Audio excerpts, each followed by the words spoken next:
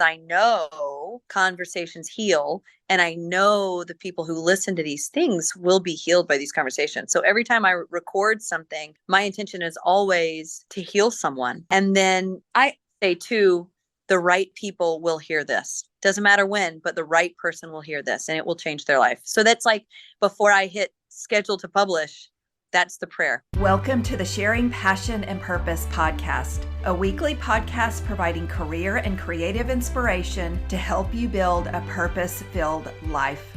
If you're interested in tapping into your creative potential, pursuing a career with passion, and building on your biggest and best resource, yourself, please join me on this path.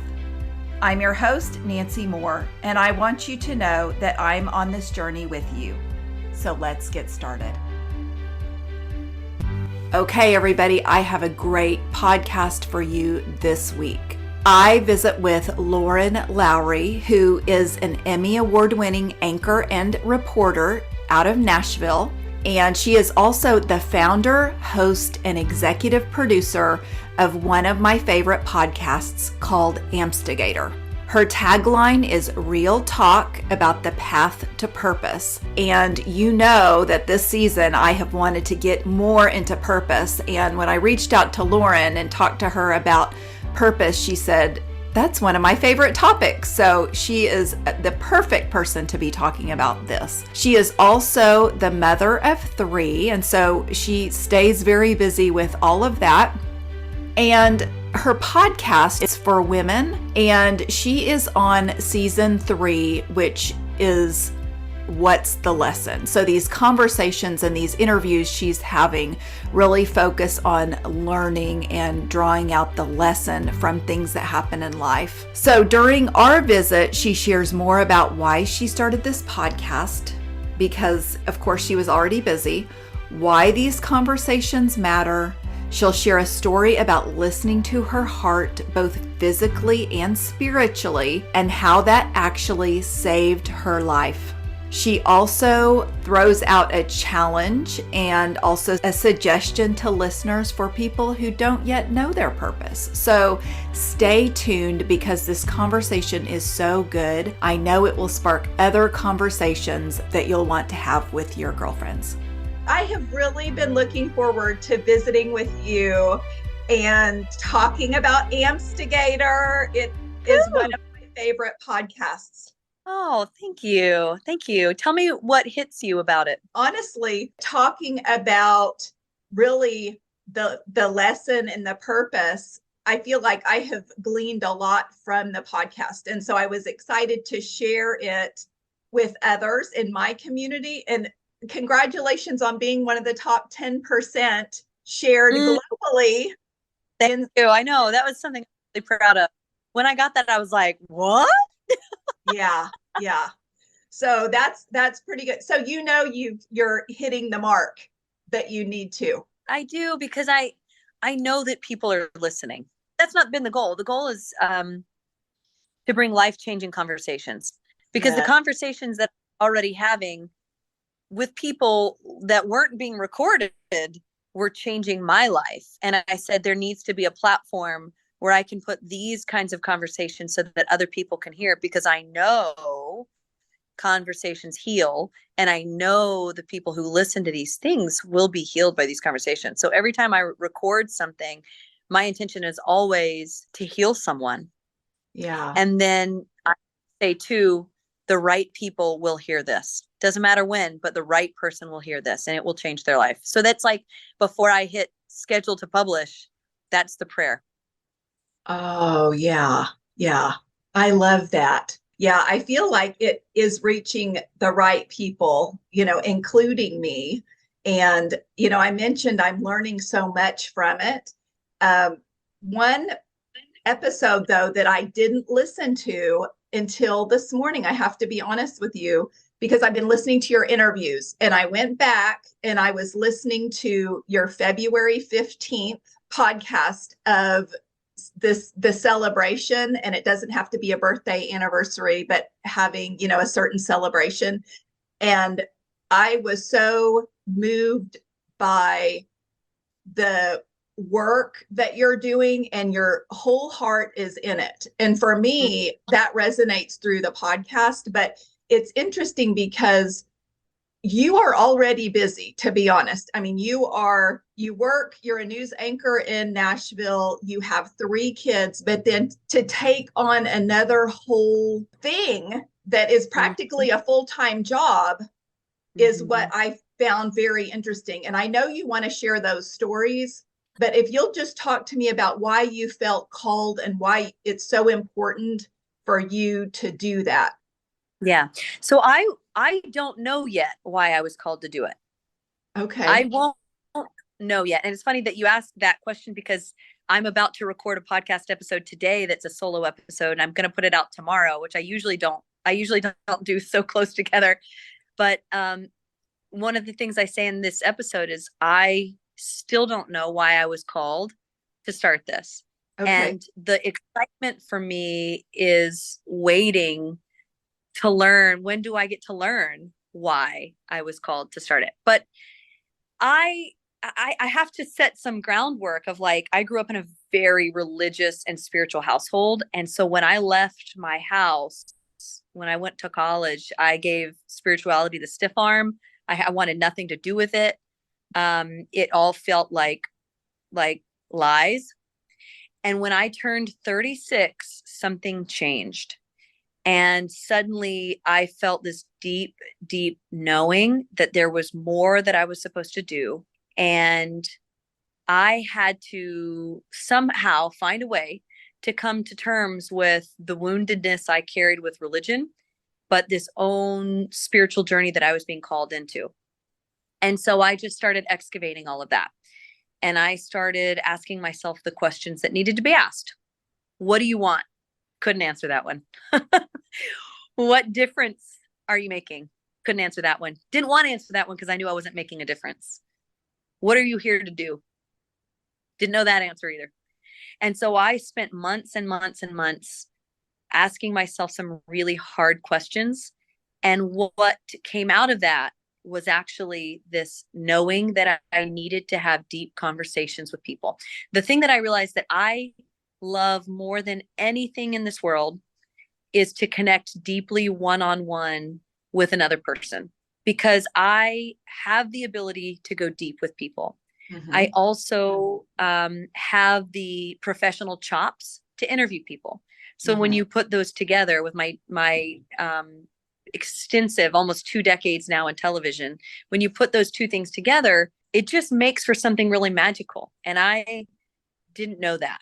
I was just doing what I felt like needed to be done. And I will tell you, you're right. The podcast is like its own full-time job. I have a lot of people that I pay to help me, and it all comes out of my pocket. So I spent a lot of money to make those things happen. But I know that there will be a day where that money starts to come back to me, because, how is it possible that you could have, this full-time job and this family and then start this whole thing if it didn't come from me? That's the only way that I could say yes to that. Okay. I get that you have connections with people and that deep, really kind of quick connection. And some of the people personally, and then other people, I don't know if you know them before or not, but I can feel that connection too when you're talking to them. And you're easy to talk to, but then you open them up into these visits that are so meaningful and impactful. And when we're talking about, purpose and what's the lesson here, what would be something that you have gleaned yourself from hearing these people and getting their story? Yeah, God, there's so many things. There's so many. I could talk all day about all the things I've gleaned. But I know that we all have lessons to learn. I also know that there are certain lessons that we learn over and over and over again until we actually take them to heart and realize, oh my gosh, this lesson keeps coming up over and over. Maybe this is the one that's for me. Maybe this is what I'm here to overcome. Maybe it's what I'm here to teach. So that's the other part to it too, is like, when you have learned a lesson, you are now effectively qualified to teach that lesson. If you're learning it in real time, great. You're qualified to teach it. I also, the lesson I think that I personally am learning, and I consistently learn day in and day out, is actually an answer to a question that I have asked myself over and over again. And that question is, why the heck did I go into television? Why am I in this? Like, I ask myself that all the time. Why am I in this? No, like, please believe I have so many awards. I've done so well in this career, but I've never loved it. And so I've always asked, why was I here? Why am I here? What was the purpose of any of this? What was the purpose of the pain or the suffering or like all that I've endured in 17 years in television? Why? And I realize now it was all of the stuff that had to happen to prepare me for this moment, which is to bring healing through conversation. And I think that the lesson there is that God, you just don't even know the purpose of your pain and as just all out suffering. When you start looking at your suffering and you go, what's meant here? Like, what's the purpose of this? Why did I have this? Well, there's always something greater there if you'll just allow the lesson. So I think the lesson is, for me, like allowing what needs to happen and then being open palmed about whatever truth is supposed to come from that, just allowing that to be. Because too often we feel like victims in all of it. I certainly did for, again, probably 15 of my 17 years. I'm like, I'm a victim. This is terrible. But as I've started to put it all together, I realized there's just so much more. I think suffering's meant to wake us up.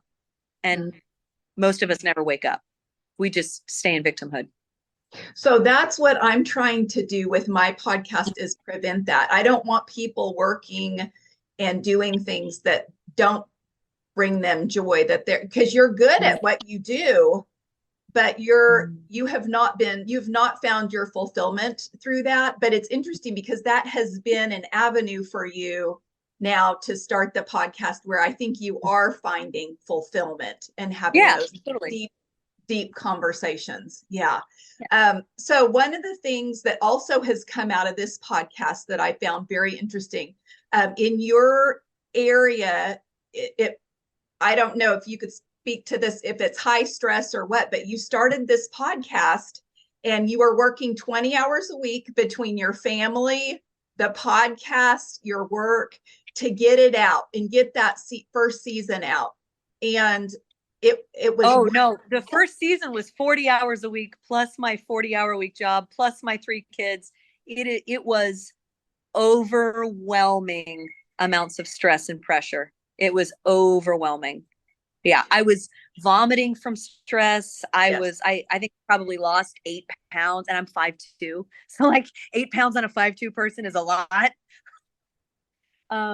Yeah, it was not good. It was, I knew it was acute. I knew it was like, okay, this is only going to happen this time. And once it's out, it's done. And I never have to go back to this place. And I never will go back to that place of high stress ever again. But no, it was extensive, but please go for it. Yes. Yeah. Well, yes. And you shared that. That's one of the things that I was so happy that not happy you went through that, but happy that you were vulnerable enough to share that with people.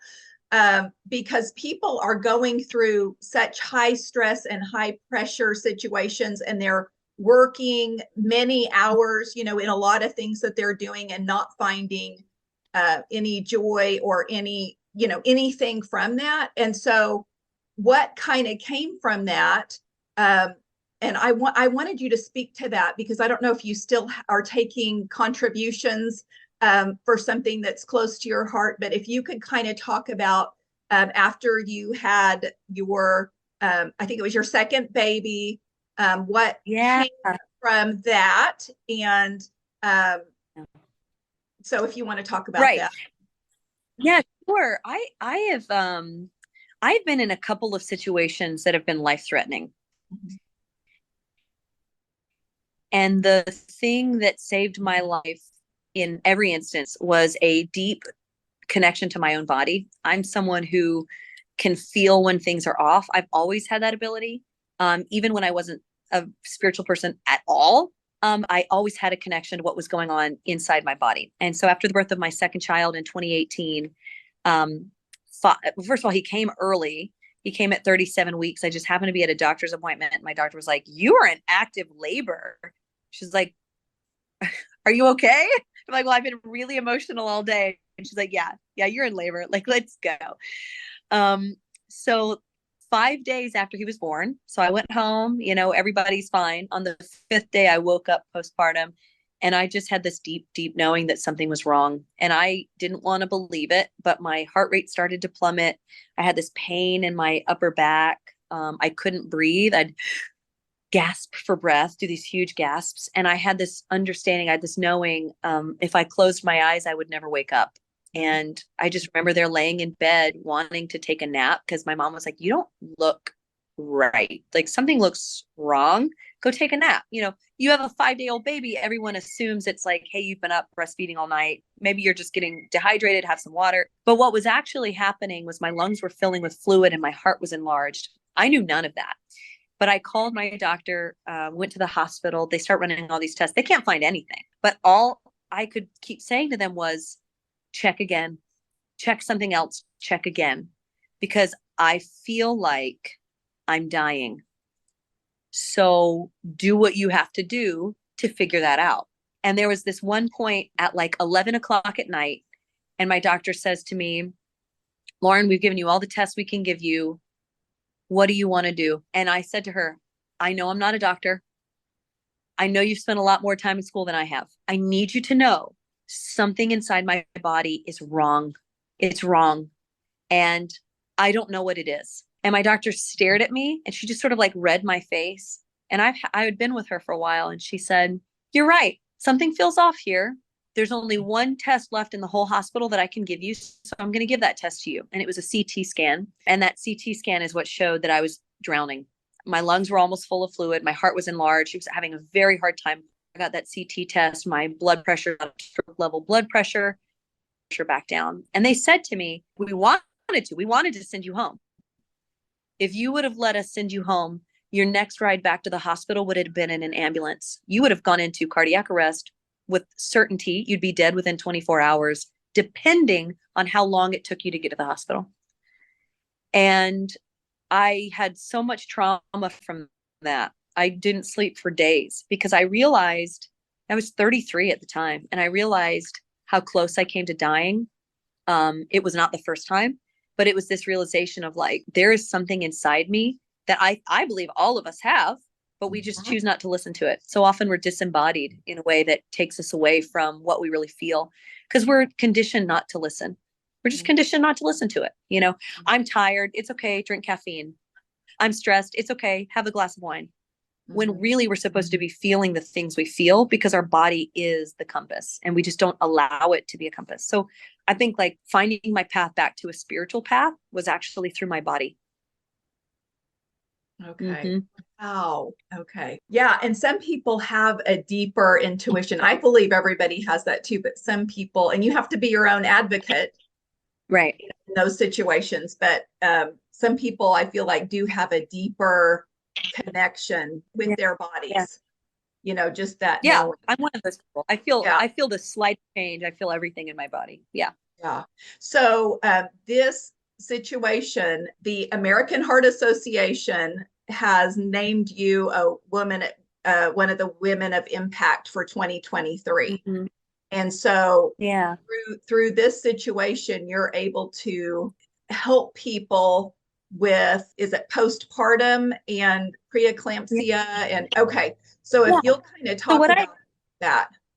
Yeah. So what I had was preeclampsia, but what made it rare was that it happened postpartum. Only 700 women a year deal with postpartum preeclampsia. So it was very hard to diagnose. They couldn't figure out like what is going on with this woman. She already has a baby. Right. Why is she presenting with these symptoms? Well, it's because I was one of the 700 people in 2018 who had postpartum preeclampsia. So maternal health is very near and dear to my heart. What I didn't realize until I really started getting into this is that preeclampsia is a heart disease. It is a heart disease. It is a marker for future cardiac, health or unhealth disease. Okay. And so if we can reach women in their 20s and 30s and 40s who deal with preeclampsia and say to them, hey, listen, Your heart is showing signs of weakness. Let's go ahead and get you on a treatment plan. You can have 10, 15, 20 extra years of healthy years of life. And it's funny because like my heart had a problem. I had to listen to my heart. Mm-hmm. And we say that term all the time, like, listen to your heart, listen to your heart. I had to listen to my physical heart and my spiritual heart to understand what was going on, that something was wrong. And so like, for me, that was the ultimate combination of the physical and the spiritual. Bringing those things together saved my life. And so the American Heart Association, somebody within the organization just heard my story and they were like, what happened to you? They're like, what was this? And then they asked me to share it publicly because I had never shared it, publicly in this way on television. And so I shared it and now I'm helping them raise money. Now the national organization is very interested because what they've found is that no one realizes seemingly that preeclampsia is a heart disease. And so they are realizing that I have kind of branded preeclampsia in a way no one else was able to. And so they see it kind of as an opportunity to, number one, do an informational and educational campaign around my personal story, but also brand it so that people understand preeclampsia is not a pregnancy disease. It is a heart disease. And I'm the window, I guess, I'm the vehicle that helps women all over this country understand that there's more to it than just high blood pressure. It's a problem with their heart and they need to listen to that. Okay. Yeah. There's so many things that I feel like have happened to you that you are now able to lean into and help others with. Well, I think we're all called to do that in some way. And, and if you are listening to this and you're in the middle of like a painful season and you're like, what the heck? Why me? Why do I have to deal with this? Why do I have to be sick? Why do I have to have a terrible boss? Why do I have to go through divorce? Why do I have to have a child with special needs? All the things, right? All the things that can be really, really challenging. I just challenge and encourage you to say, who can I help with this story? Why me? Well, I would say, number one, it's to grow you, right? Like challenge makes us grow. But then number two, you can help other people through that pain. And so again, like you get yourself in a situation where you realize there's more to it than what's on the surface. Mm-hmm. Yes.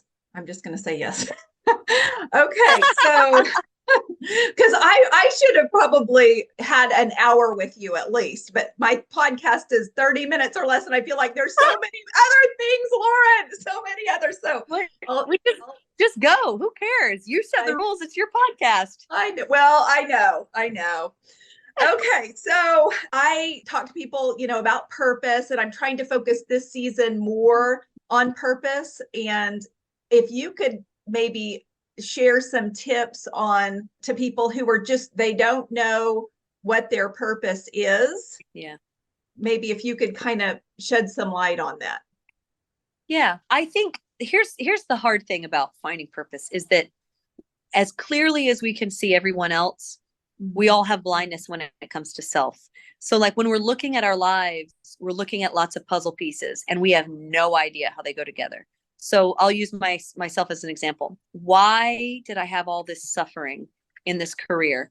Why did I have these issues in this part of my family? Why do I have, like I was asking the questions like, why did I have to go through all of these things? What's the purpose of any of it? And so I just started to try to kind of like disassociate myself from the things I had been through. And I started looking at them as puzzle pieces. And because again, we have blindness when it comes to self. We associate emotion with things we've been through. If we will just take a moment, disassociate, and look at the different pieces of our lives, and we can start rearranging those puzzle pieces, for me, I found that I was able to see patterns. And the patterns were what showed me purpose. That was my experience. But the advice I give to people, if they're like, I don't freaking know, like what's up, what's down, what's step one, the very first thing I tell them to do is press pause, to put their life on autopilot. Any possible thing that you can do in your life on autopilot, do it. So what do you need to do to automate things? What do you need to do to go on autopilot? Because for two reasons. Number one, there's research around how creativity can actually flourish. Suddenly, it's actually inspiration. Inspiration hits you in autopilot. So the only way you're going to create something or get new information is from autopilot. So first of all, do that. And then the second reason I tell people to go on autopilot is because you're about to start thinking a lot and feeling a lot. And the more you can disassociate with like the things that are getting your attention right now, the better, like the more room you'll have to answer questions that you're trying to answer. Because it always starts with questions. It starts with questions, and you have to have the guts to ask yourself the questions that might otherwise be very difficult to answer. But sometimes it's not even about the answer. It's just about the question. So to make space for the questions and the answers, you press pause, you go on autopilot. And I did that for 6 months before I got this like idea for this podcast of like, this is what you're going to do. You're going to start a podcast. So I was on autopilot in every possible area of my life. Okay. Oh, that's amazing. Okay. So you talked recently about when you talk about, I hadn't heard the autopilot, but finding your creativity and taking a break. And that's something that is very hard for people. Well, you called it a winter break or a creative break from the podcast, and you were worried about, how it would come across to people for you to be gone that long. And, but that was so needed and so necessary. And so I wanted you to maybe speak to that, people who are under stress that just are going at it, and the importance of taking a break and what it did for you. Yeah. So I thank you for talking about this, because I feel like I experience things in real time. And I do believe that's why I've been given this platform, is because I think, God knows that I will talk about the things I go through. And so I know that some of the lessons that I learn aren't my lessons. I know they're lessons for other people. And so I look at suffering way differently, just like to lay this groundwork of, sometimes I go through things that are not mine.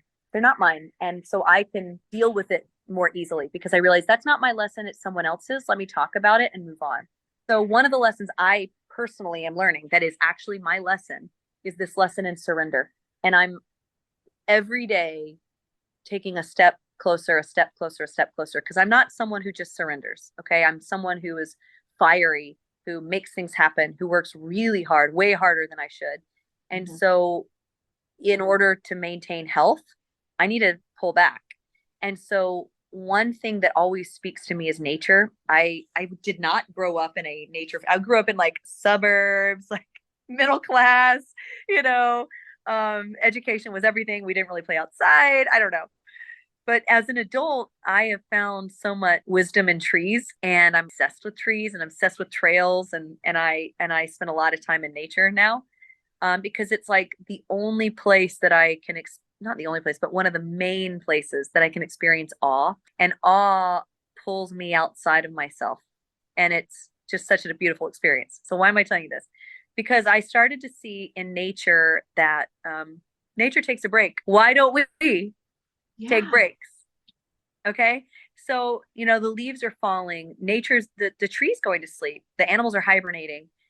And, I just started to look around, and I'm like, the trees live a lot longer than we do. What do the trees know that we don't know? Like, when the leaves start bursting forth again, it's because there's been so much rest. There's been so much energy that's been held in the root structure, so that when the sun gets to a certain degree, when the days start getting longer, when it starts feeling warmer, what pops out? These gorgeous green leaves, these flowers, and it's like, bam, here I am. There's so much energy there.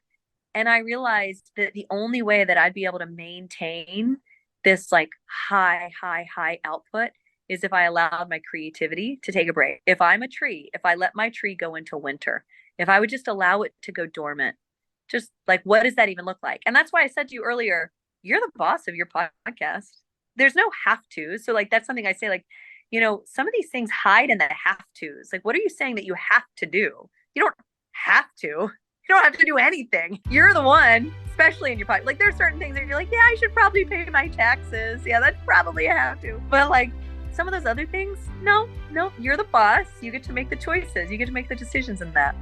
Wise words, Lauren. Wise words. I appreciate your time, and I can see you're kind of on the move.